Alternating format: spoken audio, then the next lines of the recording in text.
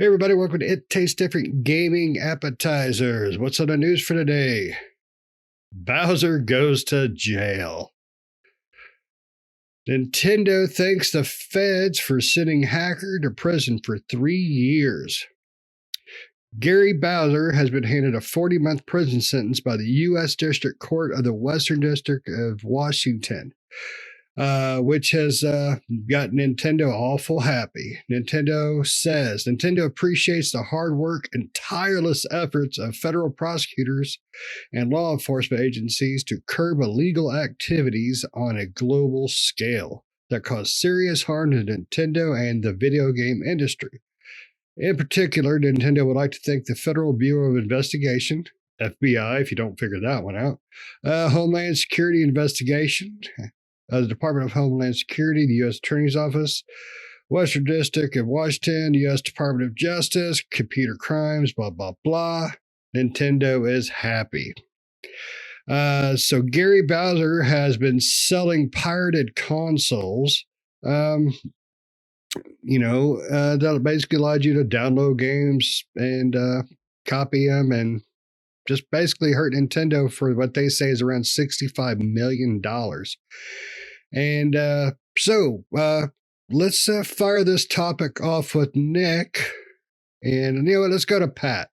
Pat, so what do you think about Gary Bowser? Is he going to have his butthole turned into a warp tunnel in prison?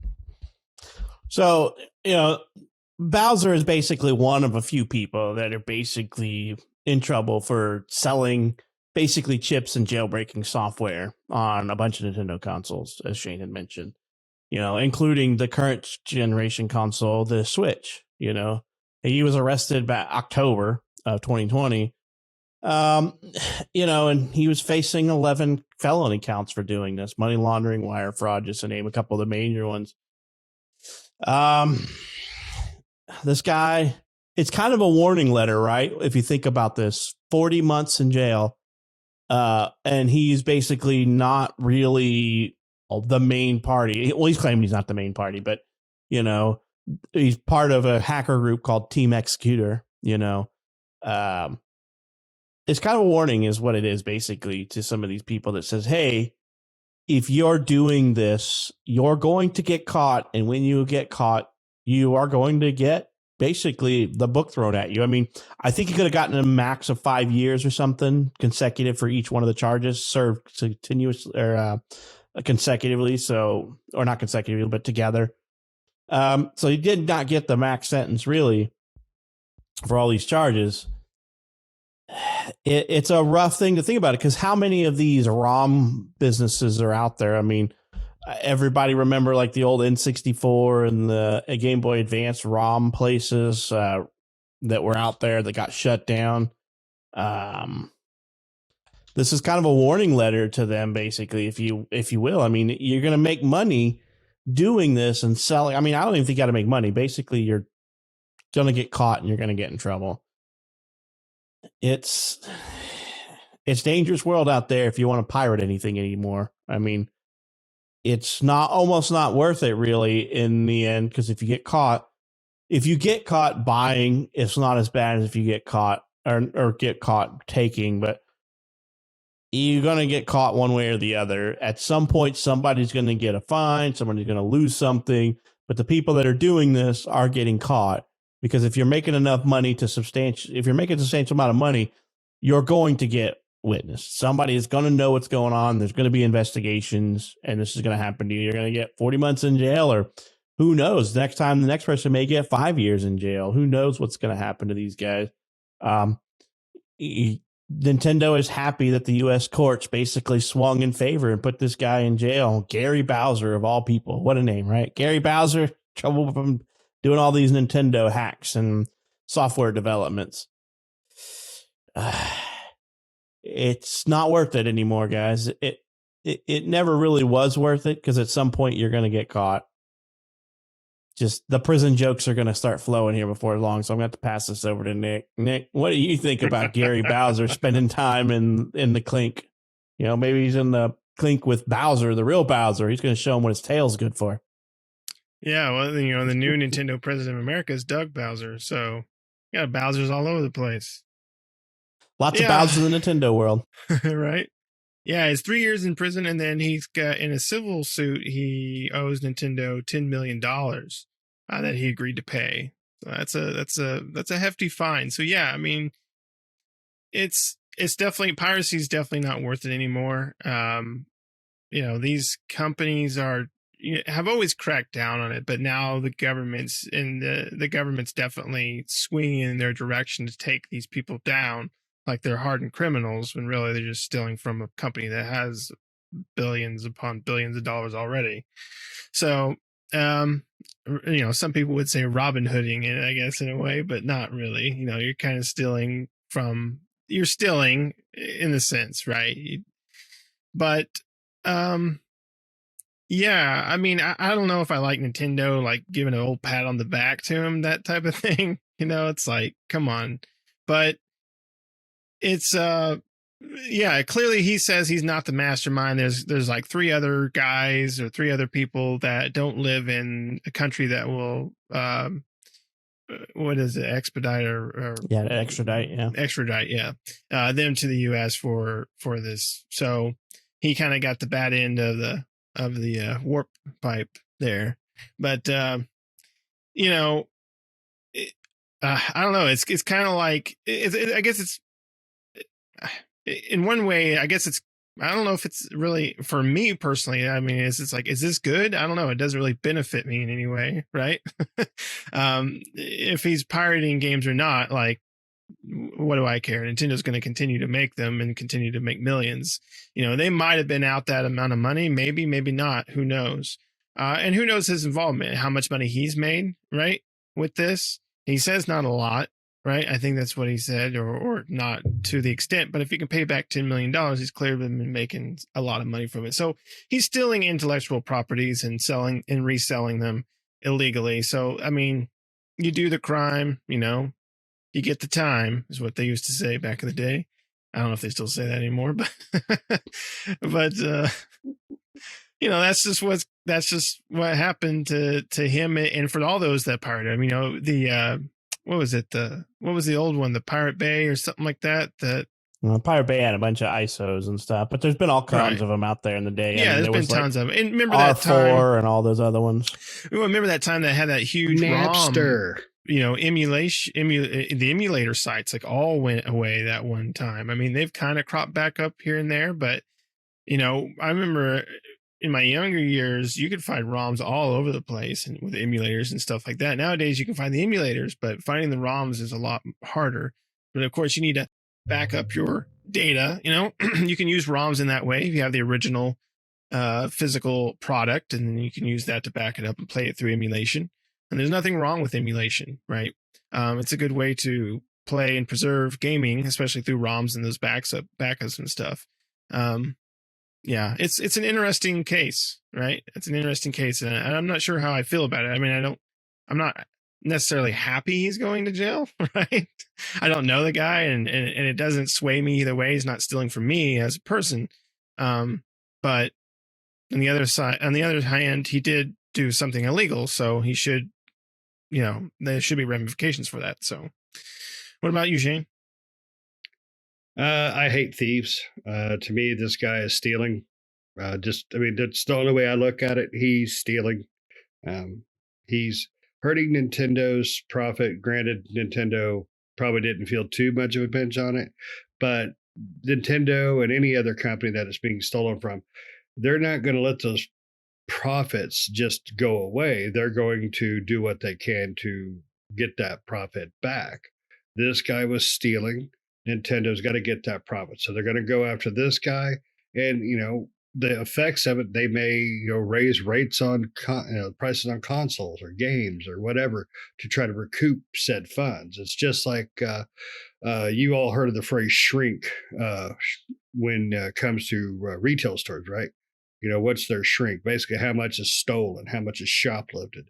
Then they use those calculations to figure out how much they have to raise rates or prices or remove employees to make up for what's been lost.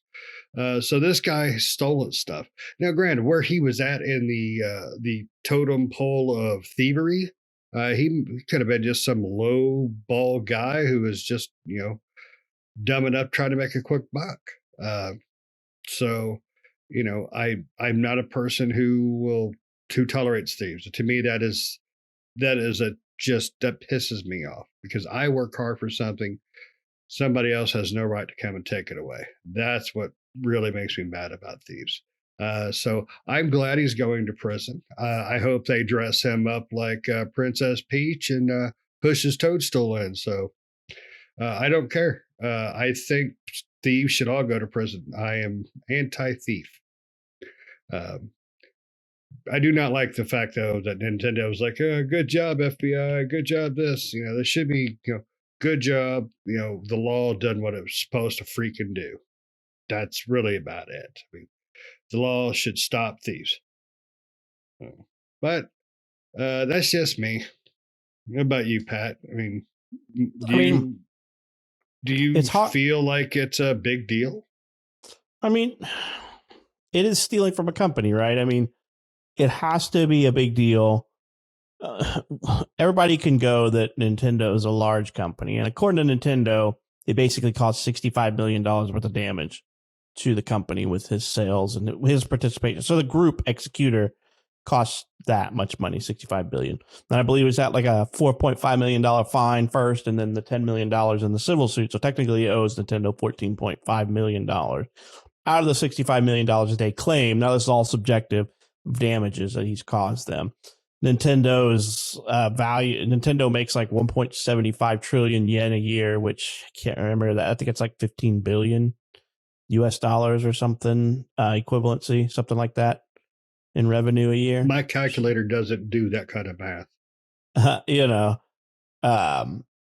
So it's a tough call, right? I mean, it doesn't, just like Nick, it doesn't affect me, but it does and it doesn't. In the long run, it affects something, right? If they're losing revenue because of this, they're going to refocus other things to compensate for that, whether that means us consumers paying more or us as a consumer getting less games. Something is going to affect us eventually, because they're going to do one of two things. They're either going to take staff or team members away from developing something to securing something, right? They're going to make it hard. They're going to try to invest more into making it harder to do this type of stuff, right? So their engineers are going to be like, how do we make it harder to install a chip in our device to prevent them from putting on free games or running ROMs or doing whatever it is that they've been doing? Because basically they were doing the same thing the old school consoles you used to be able to do, which still was illegal then, is highly illegal anyway, was modding the console to allow you to get free games. You basically install them off the disc and you don't need the disc anymore, except for these guys were doing ROMs or something similar where you go out and rent. And that's where their lost revenue is coming from, right? They're saying, hey, these people are buying this modification to this console, either buying it or getting it free, however they were getting it. Because, it's the gray area of the market, or not really gray area. It's more like black market, where you pay this guy, you get access to software, or you buy this chip over the internet to install on your device. And now you can either download or play these games off the internet, or you can go install a copy from the disc or the cartridge and never need to put the disc or cartridge in again to play. So they are losing revenue. And I do hate thievery.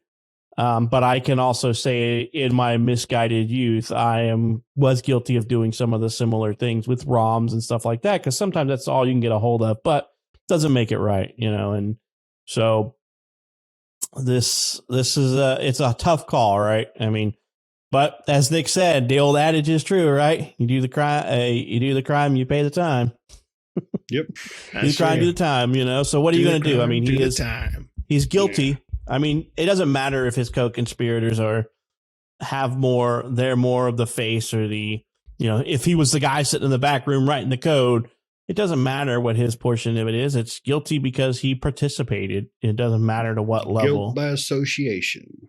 Well, I mean, it's not really even that. It's guilty because you were part of the party committing the crime. I mean, guilty by association He would was mean part of the hey, association. we know if we know Gary Bowser, we're guilty because we're associated with them. You know, I mean that type of stuff. I mean, think about it this way though. Like you were saying, you did that in your youth. PlayStation 1, you had memory cards. PlayStation 2, you had memory cards. Nintendo 64, you had memory cards.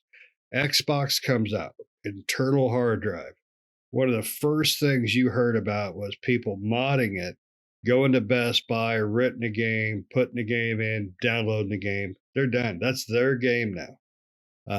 Microsoft did what they could to fight some of that, but that's one of the reasons Microsoft is where they're at now in the gaming industry, is because they put a system out that was easily hackable to be able to do those things, which caused more people to buy, because that's basically just free games and stuff people could get. So right, but it hurt the game developers in the long run more than Microsoft. Exactly. I mean, it about put Best Buy out of business, or GameStop out of business. It put Circuit City out of business. Damn Circuit City out of business. So I hate thieves. So I hope him and all his co-conspirators go to prison. I think 3 years. I don't know if that's strong enough. I don't know if it's too strong, because I don't know the full extent of where he was, what his position of the thievery was. But I hate thieves, and prison's where he belongs. So, no one up for you, buddy. Well, he's getting one up something. He's gonna find out. They're gonna find the rest of that money in his prison wallet. Oh man, they're gonna hit him right in the block. See how many coins come out of him. All right. Does anybody have any other prison / Mario Bowser jokes before we go? No, it's a tough call. I mean, it is what it is. I mean, the company won in this aspect, but the company should win, right? The laws are in place for a reason. It's to protect their property, their intellectual property, and the rights to sell and resell and all that stuff that they have. The rights to sell, I should say, that they have. You can't break the law and expect nothing to ever happen to you. I mean, it's going to catch up with you eventually. There's nothing you can do about it. Damn right. Thanks, McGruff. That's an old reference. If anybody doesn't get it, look it up. Scruff McGruff, Chicago, Illinois. Take a bite out of crime. There you go. All right, guys. Thanks for listening. Make sure you respond. Let us know what you think about the episode, what you think about Mr. Bowser. Do you think he got what's coming to him? Do you think the law was too hard on him? Do you think they should put him as a DLC character in Smash Bros? So let us know what you think. Don't forget to like, share, subscribe, hit the notifications, and we will see you next time. See ya.